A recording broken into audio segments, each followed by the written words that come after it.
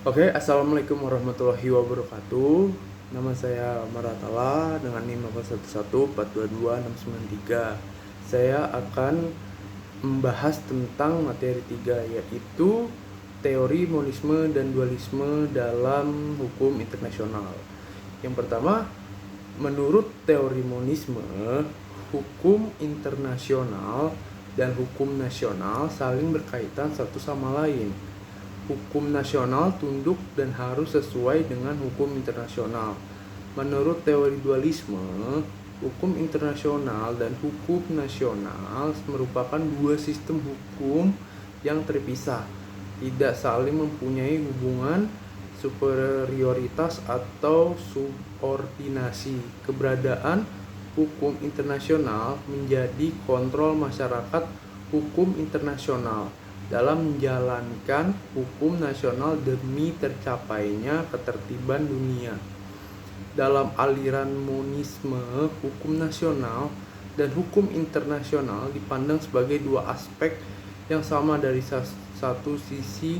Teori monisme merupakan perwujudan dari ajaran hukum alam yang memandang hukum sebagai suatu yang berlaku umum dan abstrak, serta berlaku di mana-mana dan berlaku satu hukum bagi seluruh umat manusia di dunia. Dalam doktrin hierarki menurut Hans Kelsen, analisis struktural antara hukum internasional dan hukum nasional adalah asas-asas hukum ditentukan oleh asas-asas lainnya dan menjadi sumber dan sebab kekuatan mengikat atas hukum ditentukan oleh asas-asas lainnya menjadi sumber dan sebab kekuatan mengikat atas hukum. Lebih jauh, Hans Kelsen mengatakan bahwa tidak perlu ada pembedaan antara hukum nasional dengan hukum internasional karena alasan sebagai berikut, bahwa objek dari kedua hukum itu sama, yaitu tingkah laku individu, bahwa kedua kaidah hukum tersebut memuat perintah untuk ditaati. Lalu bahwa kedua-keduanya merupakan manifestasi dari satu konsepsi hukum saja, atau keduanya merupakan bagian dari kesatuan yang sama dengan kesatuan ilmu pengetahuan hukum. Berdasarkan hal tersebut, maka hukum internasional dapat masuk secara otomatis ke dalam hukum nasional tanpa memerlukan transportasi lebih lanjut. Namun, yang menjadi kelemahan teori monisme yaitu kemungkinan terdapatnya pertentangan antara hukum internasional dan hukum nasional. Masalah muncul ketika masing-masing dari hukum internasional dan hukum nasional memiliki substansi yang saling bertolak belakang dalam penyelesaian suatu sengketa, sehingga menimbulkan suatu tumpang tindih dalam penerapan kedua jenis hukum tersebut. Dalam situasi demikian, norma hukum internasional dan hukum nasional yang berkonflik tidak akan bisa berkoherensi dalam satu sistem seperti yang teori monisme inginkan. Apabila terjadi demikian, secara hierarkis hukum internasional lebih tinggi dari hukum nasional. Negara yang menerapkan monisme yaitu Prancis, Belanda dari Italia yang meletakkan pengaturan dalam konstitusinya bahwa keutamaan diberikan kepada hukum internasional. Aliran dualisme memandang bahwa hukum internasional dan hukum nasional adalah merupakan dua bidang hukum yang berbeda dan berdiri sendiri satu dengan yang lainnya. Perbedaan antara hukum nasional dan hukum internasional dilihat dari tiga aspek, yaitu perbedaan dari sumber hukum, di mana hukum nasional bersumber pada kehendak negara itu sendiri, lalu sedangkan hukum internasional bersumber pada kehendak bersama negara-negara dalam masyarakat internasional. Terus yang kedua, perbedaan dari subjek hukumnya, di mana subjek hukum nasional adalah individu yang terdapat dalam suatu negara, sedangkan subjek hukum internasional adalah negara-negara anggota masyarakat internasional. Perbedaan mengenai kekuatan hukumnya, maka hukum nasional lebih memiliki kekuatan mengikat dibandingkan dengan hukum internasional yang lebih bersifat mengatur hubungan negara-negara secara horizontal. Lalu Sistem hukum nasional yaitu kaidah-kaidah yang ada di peraturan perundang-undangan, baik tertulis ataupun tidak tertulis, yang berkembang di tengah-tengah masyarakat yang berbangsa dan bernegara.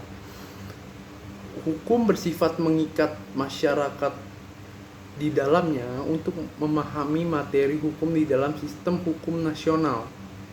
Terdapat 3 faktor yang berkaitan, yaitu penggolongan hukum Indonesia memiliki jenis hukum yang cukup beragam, di mana setiap jenisnya memiliki substansi materi yang berbeda-beda. Penggolongan hukum tersebut adalah hukum berdasarkan bentuknya terbagi menjadi hukum tertulis, hukum tidak tertulis, dan hukum peradilan. Hukum berdasarkan isi atau kepentingan yang diaturnya seperti hukum publik dan hukum privat.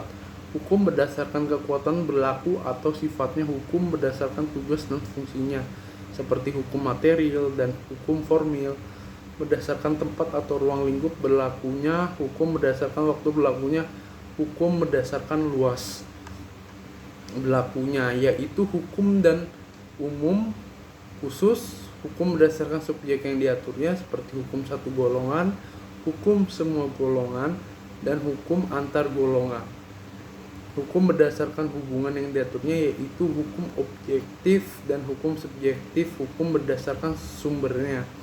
Hukum internasional dan hukum nasional saling mempengaruhi dan saling membutuhkan dalam sistem hukum global. Berikut adalah beberapa cara di mana hubungan antara hukum internasional dan hukum nasional tercermin, yaitu adanya prinsip dualisme.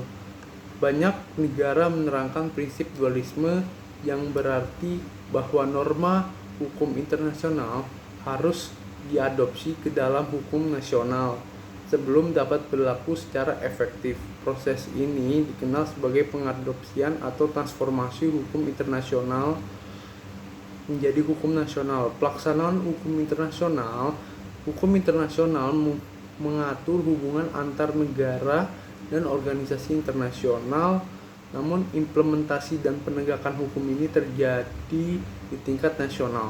Negara-negara harus memastikan bahwa hukum internasional diadopsi dan diterapkan dalam hukum nasional mereka.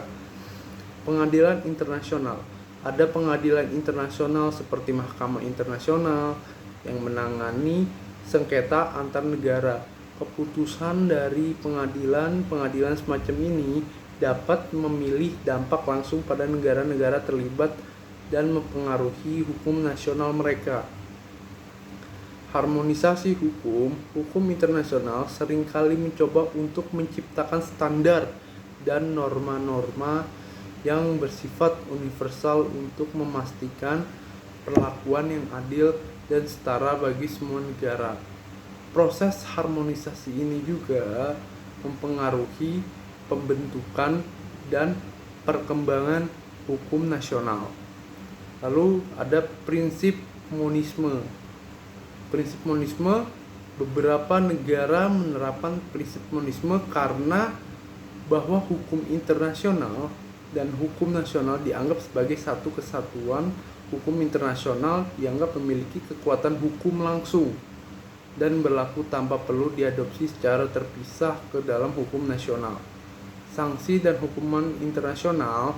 Komunitas internasional dapat memberlakukan sanksi atau hukuman terhadap negara-negara yang melanggar norma-norma hukum internasional. Namun, untuk memberlakukan sanksi ini, negara seringkali perlu mengadopsi mereka dalam hukum nasional mereka sendiri. Contohnya seperti kedaulatan negara. Meskipun hukum internasional memiliki dampak besar dalam hubungan antar negara, prinsip kedaulatan negara tetap menjadi faktor yang sangat penting dalam mengambil keputusan-keputusan hukum nasional tersebut. Penentuan batas dan wilayah. Hukum internasional seringkali digunakan sebagai landasan untuk menentukan batas wilayah seperti perairan, sumber daya alam di antar negara-negara. Secara keseluruhan, Hubungan yang kompleks antara hukum internasional dan hukum nasional menggarisbawahi pentingnya kerjasama antar negara dan sistem hukum global yang terintegrasi. Saling ketergantungan hukum internasional dan nasional adalah ciri khas dari sistem hukum global yang efektif. Sekian, terima kasih.